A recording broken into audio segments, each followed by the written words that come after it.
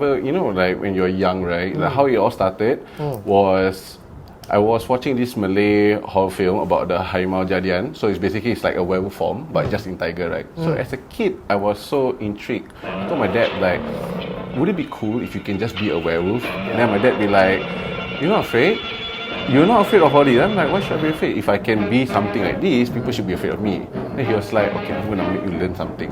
And then surely, bit by bit, he passed down slowly, bit of the ilmu, as people would call it, knowledge, right? Bit by bit. And then I'll be starting to having weird dreams. They say that dreams also helps you a form of training. Especially they feel that when you're dreaming, you are in a spiritual place, right, in an astral plane. So that is where you have like spiritual guides will be able to share with you more things that you may not understand now. Because he always says that you don't need to learn more from me. Sooner or later you just know, just like that. So I was like, how could I know? I was thinking logically. I was so skeptic back then. I was like, how could I know something that I don't? And sure enough, over the years, I came to understand that. And I would always dream about Miss P chasing me in a haunted house. And then when I wake up, right, my back always has like scratches. Even to this day, my wife sometimes will ask me, why your back always have scratches? I'm like, sometimes I'm having those kind of dreams. So that's a good excuse to tell your wives next time, guys. You know, if you go out there, you know, and then your wife will say, who's those scratches? You never watched The Confession by Hana? Miss P lah. Is anyone here? What did you find? You are listening to Supernatural Confessions. Han, you are now in the Supernatural Confessions headquarters. Yeah. When you give me the option, I'm like, I gotta go to your place. I'm a big fan. So, welcome to Chateau de Confession. And here I have with me Han, who's our patron and also someone who I've been speaking to on the side. He has some stories to share. And what really intrigued me with the conversations that we had was the fact that he asked me, do you want to know more about jinns? The idea of the white magic practice in Islam, right, which most people always get misconfused with black magic, is that the idea of to use it to harm someone, maybe destroy someone's businesses, right, or even to use it in a fight. For mine, in order for you to go to the next level, you have to pray 5 times a day, right? You have to learn to recite the Quran. You have to be as holy as possible. So that's the idea, right? And whatever we use in the name of God, rather than we like, okay, I believe this jinn is going to help me, right? I'm going to believe in this jinn. Everything is this jinn, not really. The jinn, if it's a good jinn, it reminds you to pray rather than tells you like, hey, go for vengeance lah, or go for sexual lust or something like that. Because there are some jinns, right, that actually will make you consumed by this. Some jinns will give you that power of attraction, and then they will whisper into your ear and say, why you stop with this girlfriend or this wife? You can find someone better. It can slowly like consume you and drive you crazy in that sense. And then some people be like, do not know how to control it, right? Instead of you being the master, you are the puppet. Wow. Yep, so that's how it works actually. And sometimes when people say like, hey, I can do some cleansing, right? I can do some ruqyah, they call it. But in reality, what happened is sometimes in the belief of the Islamic faith, right, when you believe that you're going to cleanse using a jinn per se, sometimes the jinn will communicate with the other jinn and say, let's play a pretend. I'm going to pretend that you are going to be walk away, right, and then we're going to fool this guy, and then later after this guy left, we're going to come back disturb. Have you ever heard when a person say that, Ustad come to my place and cleanse, but the haunting keeps coming and coming? Sometimes that is the case, because in the because I read about this somewhere in the articles, right, where some sheikh in Saudi Arabia, I believe, they actually talk about this. They say why Islam forbid us to contact with jinns, because they think that you have the power, but in fact you are the real fool. So many people don't realize this, especially in the Malay communities, right, where everybody was like, hey, the cincin baik, this cincin very good, you must sleep with this stone, you must put it in such practices. Why we are trying to refrain from it, right, because people get consumed by the ideology. So you just gave us a warning that jinns are, they cannot be trusted. I guess like just like human beings, they have the good jinn, the evil jinn, and let's face it, humans can be very devious, and there are more humans out there who can't be trusted than those that I can. Yeah. So I guess that works for the same as jinn as well. Same thing as jinn. That's the beautiful part about the Islamic belief in jinn, right? That they are just the same as us. As that's why when it comes to Judgment Day, the jinns will be questioned by their actions, right? I told you not to mess with the humans. Why are you meddling with human business? Same, likewise for us. So that's the belief. But of course, if let's say you're a nice holy guy and then you're not doing anything, you're not believing the jinn, but without you realizing it, sometimes a jinn Islam can actually help you, that's fine. Yeah. That's because they're doing on their own accord for something well. You cannot keep jinn as a pet. How do you then know, or your father knows, that the jinn that you have in your family is a good jinn? Could it not be a jinn that plays a long game and trying to, bluff? I mean, they are very devious. Yes, correct. How do you know for a fact the jinn that you have is a good jinn? I am very happy you asked this question, Eugene, because I also get this question from my friend, right? Because, if you want to know how you get yourself a Muslim jinn, right, is they will never wear down your body like a regular other jinns does, right? They will actually wear down your body. You will notice that your face was sunken, your hair will deteriorate. This all will be the signs of the black magic cast back upon you. Yeah, so this is the kind of thing. Or some people believe, right, when you are practicing all this, you have a good life, good health, but when you want to pass on, everything's become so troublesome. Yeah, then they need to find a new owner, this kind of thing. So all this will happen in due time. I heard a lot of that kind of story coming out from, I think, Indonesia, this particular Boyans. Yeah. Right? The Boyanese in Indonesia are known to have jinns passed down through the lineage and generations after that. Can you give us a bit more background of the Boyanese and that particular practice? So what I do know from them is, right, never mess with them. Like my Malay, my dad is a typical Malay Bugis, right? He say you better not marry a Boyanese. I swear to God. I'm like, why? Because it was back then, based on the stories last time. They are always sending black magics to their own family members, sometimes out of jealousy, of hatred. And you heard that kind of story many times, right? Yeah. So they practice that on the daily. So that's why people tend to stay away from them. But I do have Boyanese friends who do not indulge themselves or their family, right, in this kind of practices. But how does one break away from this lineage? Because when the jinn wants to, it's been following your family line, and then you cannot just today as a young man in 2024 you can keep the jinn to yourself. I want no part in it. It doesn't work that way, does it? That is half true and half wrong at the same time. Like there are times where you can actually break away from the jinn lineage. At the same time, there are times where you cannot. Like you heard the story of the Hantu Raya, right? Yeah. Where they always say that when the owner passed away, then the lineage will have a dream that someone were to pass them something, right? Yeah. And the moment when you take it, right, you claim the ownership really without you realizing it. Yeah. So what happens when you don't claim, right? Nothing will happen for you, but the person who want to pass on will have such a difficult life. Some would say that bad luck will befall upon your family, but I would say the best way to break lineage from this, right, is whoever originally has this thing, throw them away. That's why you heard the story of the Sungai Api. Yeah, people Sungai always Api throw the stuff, right? Correct. So that is one of the practices where people they don't want it anymore. They just throw. They have to seal it like a genie in the bottle thing, and they throw it. If you notice, they always use the yellow cloth to wrap, right? Yes. So I also not too sure why until now the yellow cloth is such an important thing, but apparently it's able to conceal the energy, and then you are able to throw it. But of course, you have to recite some prayers, right, in order for it to be successful. Yeah. On my walk with Hantu in Changi, there's a particular tree in Changi. It's called the Jinns tree. It's a home to not just one, but many jinns. You will see this tree in the middle of nowhere, and you wonder why the hell would there be benches there. So from what I heard of practitioners, the Malay practitioners, that's a tree where they will go under, they will meditate, they will do battle of the wheels with the jinn, and if they win or they overcome the jinn will do their bidding.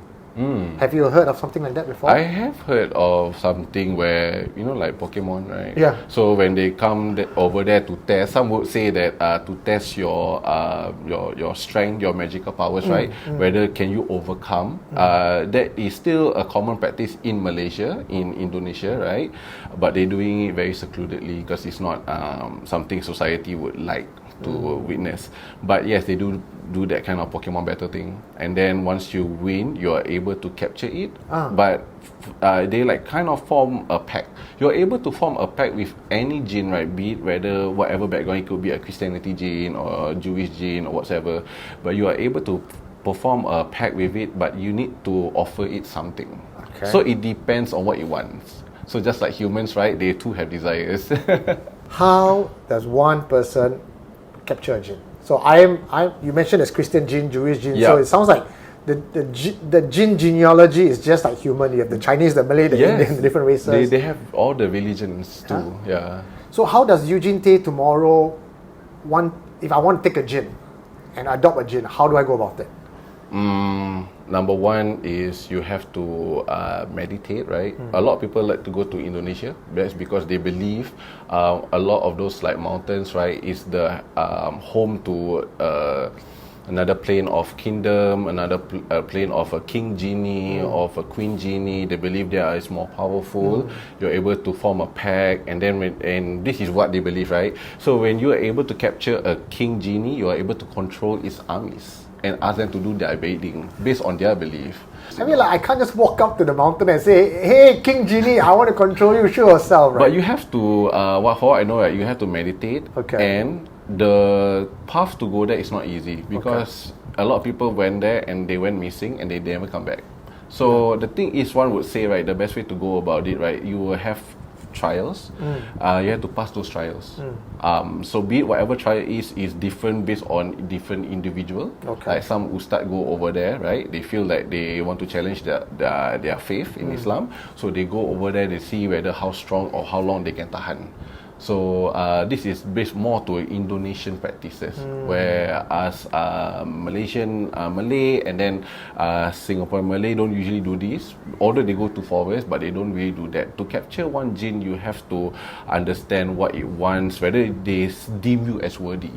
So they will test you in what can you do for it. What are you able to do? If you're like a normal guy, weak guy, right, then they'll be like, don't waste my time. You're not able to capture me. And you'll also see whether your energy, whether it will be compatible to them or not. Most of us don't have the third eye. Yeah, correct. The jinn can be standing in front of us, so we won't know. Exactly. So most humans, right, they believe that we are able to feel the jinn. Okay, sometimes you have the goosebumps in your head, right? Yeah. So when you are walking alone in the middle of the night and then trees all over and super dark in a park, if you feel something's watching you or there's a vibration or somewhere in your body, likely your body try to point out in that so-called generation, that side there's a jinn. There's a spirit, there's a something over there. Yeah. But in order to so-called manifest one, you have to recite, some would say a mantra, some would say a prayer, and then the jinn will come forth. And is that a one-size-fit-all mantra? If you teach me that mantra and I use it, will it work for me?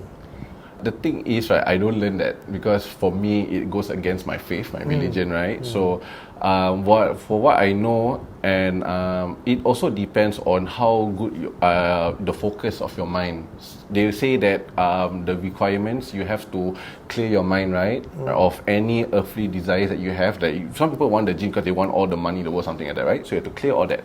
And then next, you have to focus on calling out. So you have to recite it properly and out loud. You must know the name of the jinn? It will help. It will help if you know the name of the jinn. But before you know the name of the jinn, you won't know, right? Yeah. So you will just ask it as Kodamul Goib. So it's like another word to say that you need to be my servant, Oof. Yeah, so when you say it like that, at first some would say this recitation. They will say Assalamualaikum Waalaikumsalam Kodamul Goib. Ya Kodamul. Then you think of that jinn in your mind, right? Then you try to recite, continue on. I'm not going to complete that because some people will try. For your own safety, don't do this. So when you do it right, you can actually feel a sense of sudden energy comes to you. and you feel the back of your body will be very hot. If that is the case, then you successfully call upon a jinn. Now, whether you hear a jinn's voice and another thing, it actually depends on how strong are you able to conjure the jinn to manifest the voice. Yeah, so once you feel like something is there, right, do not open your eyes. You try to ask the jinn to make a pact with you. So these are the things that were likely to happen. So if you are successful, right, you can feel a sense of calmness.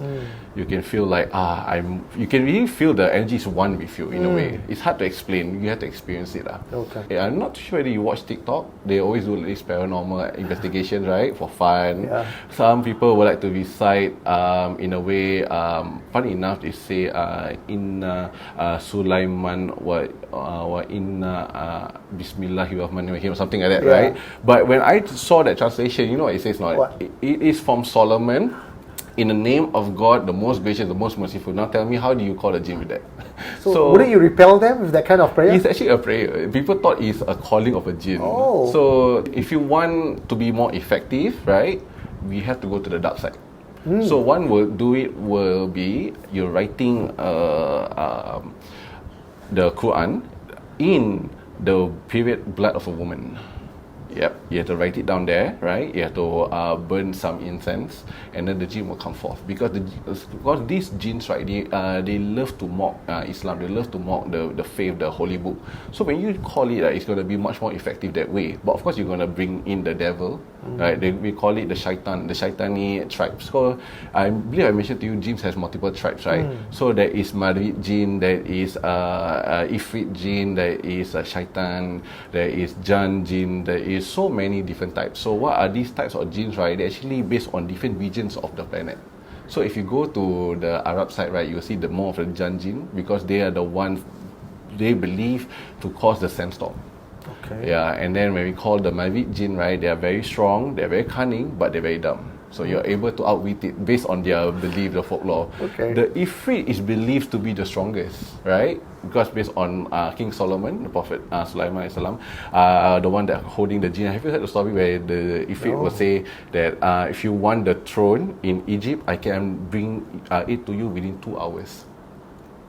So imagine that big throne like Cleopatra's throne, right? Yeah. To him all the way to I believe back then it was in Palestine side, Yeah. right? So he I've is able heard of to that do it. law, So the Ifrit is the one that come out that I'm the strongest. I'm able to do this in a short period of time. What King Solomon did back then, right? He tricked the jinn into building 3 different mosques.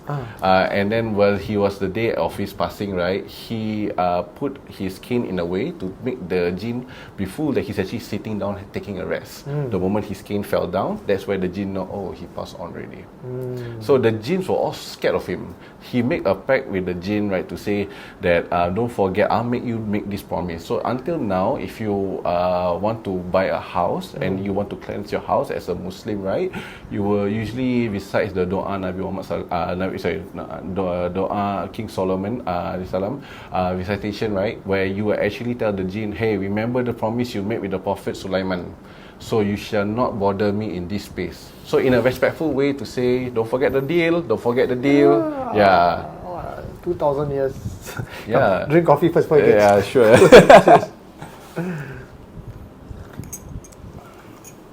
You say that when you want to deal with the jinn, you close your eyes, you meditate, and you'll feel the heat behind you, and that's how you know that's the jinn you're talking to. Yeah. When you were 12 and your father passed on this ilmu to you, your first dream was of a Pontianak. Yeah.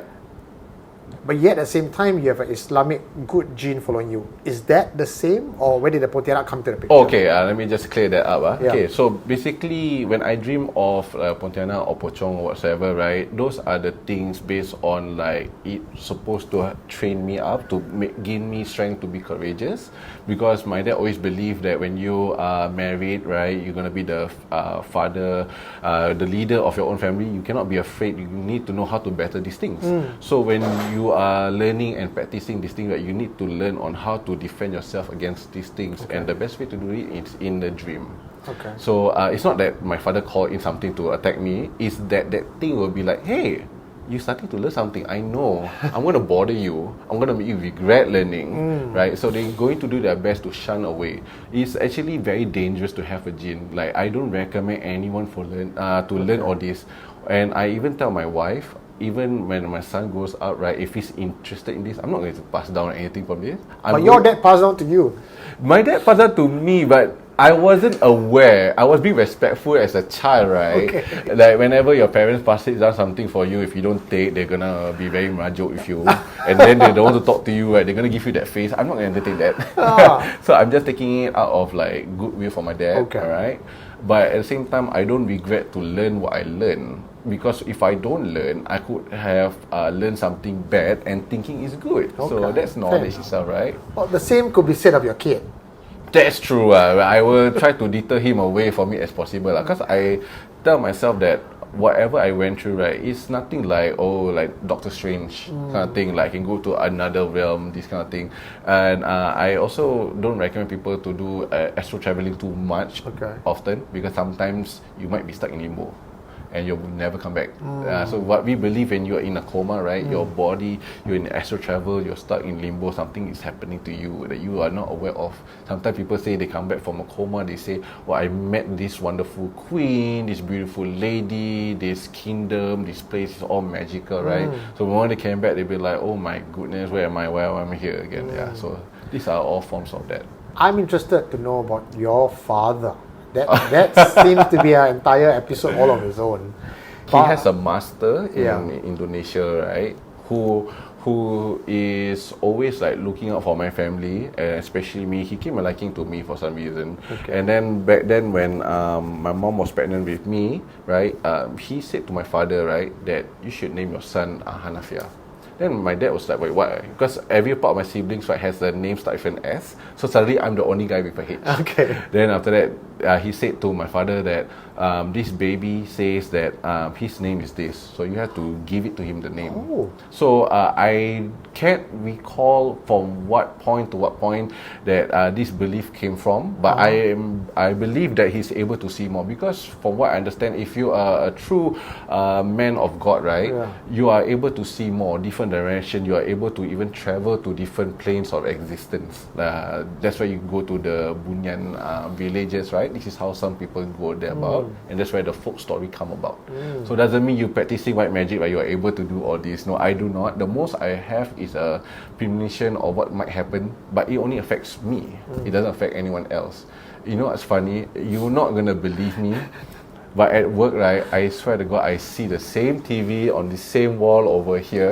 And I saw the wooden casing all over around the TV. And then I was like telling myself that, could that be Eugene's house? Right? That cannot be. Like, I swear to God, I'm not kidding. Wallahi. Wow. Some people believe, right, when you're able to see this because you're able to see through the eyes of a different entity. So that's why I asked you, do you have anything following you? I might have. We'll go to that later, where you can get to check my guardian angels and everything, guardian gods and all. Maybe I might even have a jinn, but may come by a different name. Right? Some people call it angels, some people call it jinn. I just want you to focus on the energy that resides around you while I do mine, okay? You are listening to Supernatural Confessions.